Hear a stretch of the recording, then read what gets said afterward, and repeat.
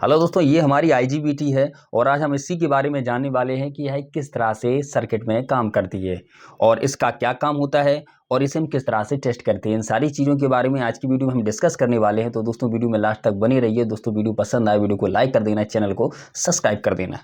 दोस्तों, आईजीबीटी को टेस्ट करने से पहले हम उसकी थोड़ी डेफिनेशन को समझेंगे कि आईजीबीटी होता क्या है। आईजीबीटी को यदि देखा जाए तो आईजीबीटी का पूरा नाम इंसुलेटेड गेट बायपोलर ट्रांजिस्टर है। इसका मतलब है कि एक इंसुलेटेड, इसमें जो गेट है, गेट का एक टर्मिनल है, वो इंसुलेटेड किया गया है और उसे बायपोलर करके एक ट्रांजिस्टर बनाया गया है। यानी कि ट्रांजिस्टर का ही एक यह रूप है। यह एक सेमीकंडक्टर डिवाइस है जो इलेक्ट्रिकल और पावर इलेक्ट्रॉनिक्स में उपयोग की जाती है। मतलब इसका काम छोटे इलेक्ट्रिकल्स में भी और पावर इलेक्ट्रिकल दोनों तरह से हम इसका उपयोग करते हैं। आईजीबीटी एक ऐसा स्विचिंग डिवाइस है जो मॉसफेट और बीजीटी की विशेषताओं को मिलाकर काम करता है। यानी कि इसमें जो आईजीबीटी है, इसमें मॉसफेट की भी क्वालिटीज है और बीजीटी की भी क्वालिटीज है। दूसरा हम देखें, आईजीबीटी उच्च वोल्टेज और करंट को नियंत्रण करने के अलावा तेजी से स्विचिंग करने में भी उपयोग किया जाता है। आईजीबीटी का उपयोग उच्च वोल्टेज और करंट के अलावा स्विच यानी कि तेजी से स्विचिंग करने में भी हम इसका उपयोग करते हैं। आईजीबीटी का उपयोग मुख्यतः उन जगहों पर किया जाता है जहां ऊर्जा दक्षता और उच्च प्रदर्शन की आवश्यकता होती है। हाई वोल्टेज हाई क्वालिटी की जगह पर हम इसका उपयोग करते हैं। यदि हम इसके उपयोग की बात करें तो इसका उपयोग हम इन्वर्टर में करते हैं, मोटर ड्राइव में करते हैं, सोलर पावर सिस्टम में करते हैं और इंडक्शन में करते हैं और ऐसी आदि बहुत सी चीज़ों में हम आईजीबीटी का उपयोग कर रहे होते हैं। आईजीबीटी की यदि हम विशेषताओं की बात करें तो यह उच्च वोल्टेज करंट को संभालने की क्षमता है। यानी कि इसमें हाई वोल्टेज आने पर यह उसे कैरी कर सकती है। दूसरा है, इसमें तेजी से स्विचिंग होती है, यानी कि जो स्विचिंग क्वालिटी है वो अच्छी है इसकी। तीसरा है, इसमें कम पावर लॉस होता है। इसके बाद चौथा है कि नियंत्रण के लिए इसमें वोल्टेज गेट का उपयोग किया गया है। नियंत्रण के लिए हम इसमें गेट टर्मिनल का उपयोग हम करते हैं। अब दोस्तों, हम इसके अंदर के स्ट्रक्चर को समझते हैं कि हमारा आईजीबीटी होता किस तरह से यह मैन्युफैक्चर किया गया है। दोस्तों, यहाँ पर आपको दो डायग्राम दिख रहे हैं। ये पहला है मॉसफेट का, दूसरा है बीजीटी का। दोस्तों, यदि हम बीजीटी की बात करें तो बीजीटी में हमें 3 टर्मिनल देखने को मिलते हैं। Emitter, base, collector. इस पर इसकी वर्किंग होती है कि जब हम इस पर बेस पर करंट का फ्लो करते हैं तो यहाँ पर करंट फ्लो होता है और ठीक इसके हमारा मॉसफेट होता है। मॉसफेट में भी 3 टर्मिनल देखने को मिलते हैं, गेट, ड्रेन और सोर्स। जब हम इसके गेट पर वोल्टेज अप्लाई करते हैं तो यहाँ से drain to source current flow होता है। इसमें 3 टर्मिनल होते हैं, गेट, ड्रेन और सोर्स। ठीक है दोस्तों, अब हमें आईजीबीटी की जरूरत क्यों पड़ी? दोस्तों, इन दोनों में एक अच्छी बात है और एक खराब बात है। यदि हम अच्छी बात की बात करें तो हमारा जो मॉसफेट होता है इसकी फ्रिक्वेंसी 1 मेगाहर्ट्ज तक है। 1 मेगाहर्ट्ज तक इसकी फ्रिक्वेंसी है। मतलब ये है कि ये 1 सेकंड में 1 मेगाहर्ट्ज तक यह वर्किंग करता है। 1 सेकंड में इसकी फ्रिक्वेंसी बहुत हाई है।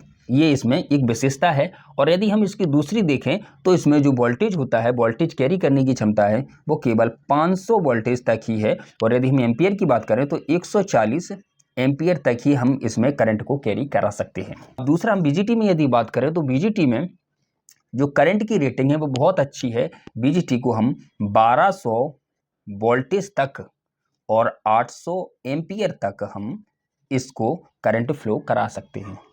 साथ ही यदि हम फ्रीक्वेंसी की बात करें तो इसमें जो फ्रीक्वेंसी होती है वो केवल 20 किलो हर्ट्ज तक हम इसमें फ्रीक्वेंसी अप्लाई करा सकते हैं। यानी कि फ्रीक्वेंसी बहुत कम है लेकिन वोल्टेज रेटिंग बहुत अच्छी है। और इसमें फ्रीक्वेंसी अच्छी है लेकिन वोल्टेज रेटिंग कम है।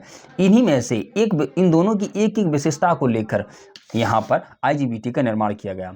यहाँ पर आप देख सकते हैं जो गेट टर्मिनल है वो मॉसफेट से लिया गया है, जो एमीटर और कलेक्टर टर्मिनल है वो बीजीटी से लिया गया है। तो बीजीटी में क्या है, बीजीटी में करंट का फ्लो बहुत अच्छी तरह से होता है, वोल्टेज का फ्लो बहुत अच्छी तरह से होता है, यानी कि हाई वोल्टेज पर अच्छी तरह से काम कर सकता है। लेकिन यह इसकी फ्रीक्वेंसी कम है। दूसरा, मॉसफेट में इसकी जो फ्रीक्वेंसी है वो बहुत अच्छी है लेकिन वोल्टेज और एम्पियर के मामले में ये बिल्कुल जीरो है। ऐसी कंडीशन में यहाँ पर एक नए डिवाइस का निर्माण किया गया है जिसे हम आईजीबीटी कहते हैं, इंसुलेटेड गेट बायपोलर ट्रांजिस्टर। यहाँ पर अब ये वर्क कैसे करता है, जब हम यहाँ गेट पर वोल्टेज लगाते हैं, जिस तरह से हम गेट पर वोल्टेज लगाते थे और यहाँ से सप्लाई तो यहाँ पर कलेक्टर टू एमीटर करंट का फ्लो होने लगता है। और जब हमें इसे बंद करना होता है, तब इसको हमें ऑफ करना होता है तो यहाँ पर माइनस वोल्टेज यानी कि 0 वोल्टेज अप्लाई करना होता है, तब इस कंडीशन में जाके यह बंद हो जाता है। यानी कि जब हम इसको अप्लाई करेंगे, इसमें करंट अप्लाई करेंगे तो यह चालू हो जाएगा, और जब इसमें माइनस करंट यानी कि जीरो वोल्टेज इसको देंगे या ग्राउंड करेंगे तो ऐसी कंडीशन में यह बंद हो जाता है। तो इस तरह से यह ऑन और ऑफ होता है। ठीक है। अब दोस्तों हम देखें तो IGBT भी हमारे दो तरह के होते हैं, एक होता है एन टाइप IGBT, एक होता है P type IGBT। N type IGBT देखिए दोस्तों गेट दोनों में होते हैं, लेकिन अंतर केवल इतना होता है कि जो एन टाइप IGBT होता है उसमें करंट का फ्लो कलेक्टर टू एमीटर होता है, इसमें करंट का फ्लो कलेक्टर टू एमीटर होता है। यदि वो जो PG और पी टाइप IGBT होता है उसमें करंट का फ्लो एमीटर टू कलेक्टर होता है, उसमें करंट का फ्लो एमीटर टू कलेक्टर होता है, केवल इसमें यही अंतर है। अब दोस्तों हम समझते हैं कि IGBT को किस तरह से टेस्ट किया जाता है मल्टीमीटर के माध्यम से।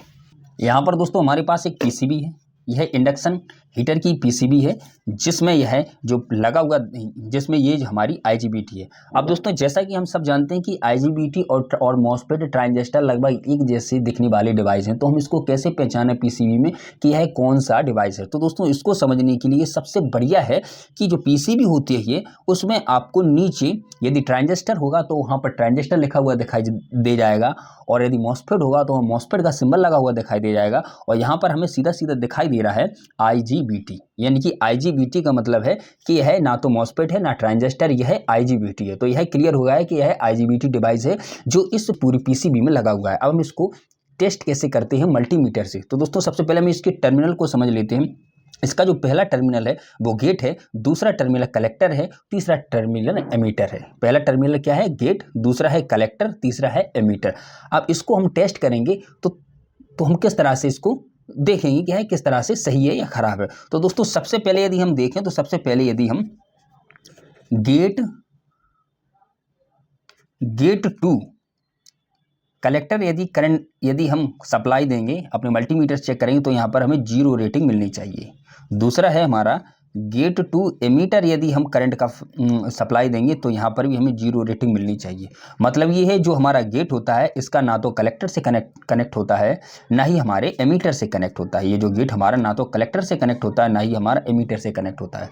अब कनेक्ट कौन होता है? कनेक्ट होता है कलेक्टर टू एमीटर। इन यहाँ पर हमें रेटिंग मिलती है वो भी वन साइड, एक साइड, यानी कि एक तरफ करंट का फ्लो हो रहा होगा, एक तरफ नहीं हो रहा होगा। यदि दोनों तरफ करंट का फ्लो हो रहा है तो इसका मतलब हमारी IGBT खराब है। अब दोस्तों हम इसको टेस्ट करके देखते हैं कि यह किस तरह से यह सही है या खराब है। तो दोस्तों इसको टेस्ट करने के लिए सबसे पहले हमें इसे कंटिन्यूटी मोड पर लगाना होगा। जैसे हम इसको कंटिन्यूटी मोड पर लगाएंगे तो यहाँ पर हम इन दोनों प्रोब को जैसे ही हम आपस में टच करेंगे तो यहाँ पर हमारा मल्टीमीटर बीप करेगा। इसका मतलब है कि हमारा मल्टीमीटर सही है। अब हम देखते हैं तो पहला टर्मिनल हमारा कौन था? गेट। दूसरा है कलेक्टर, ये है गेट, ये है कलेक्टर। जैसे गेट टू कलेक्टर हम करंट का फ्लो कराएंगे तो यहाँ पर हमें कोई रेटिंग नहीं दिखाई दे रही। ठीक है। अब हम दूसरा चेक करेंगे gate to emitter. Gate to emitter हम देखेंगे तो यहाँ पर भी हमें कोई रेटिंग दिखाई नहीं दे रही। अब हम तीसरी बार में टेस्ट करेंगे, वो होगा हमारा कलेक्टर टू एमीटर। यहाँ पर भी हमें कोई रेटिंग दिखाई नहीं दे रही। अब हम यहाँ से अब इसको हम चेंज करके अब हम टेस्ट करेंगे एमीटर टू कलेक्टर। जैसे ही हम एमीटर टू कलेक्टर लगाएंगे तो हमें कुछ रेटिंग यहाँ पे दिखाई देगी। इसका मतलब है कि यह हमारा IGBT है वो सही है, और इसमें करंट का फ्लो है वो हमारा एमीटर टू कलेक्टर हो रहा है। एमीटर टू कलेक्टर यह करंट का फ्लो हो रहा है। जैसा कि हमने कहा था कि यदि करंट एमीटर टू कलेक्टर या कलेक्टर टू एमीटर यदि फ्लो होता है तो हमारा वो IGBT सही है। अब यहाँ पर करंट क्या हो रहा है? यहाँ पर current emitter to collector flow हो रहा है। इसका मतलब ये हमारा पी टाइप IGBT है।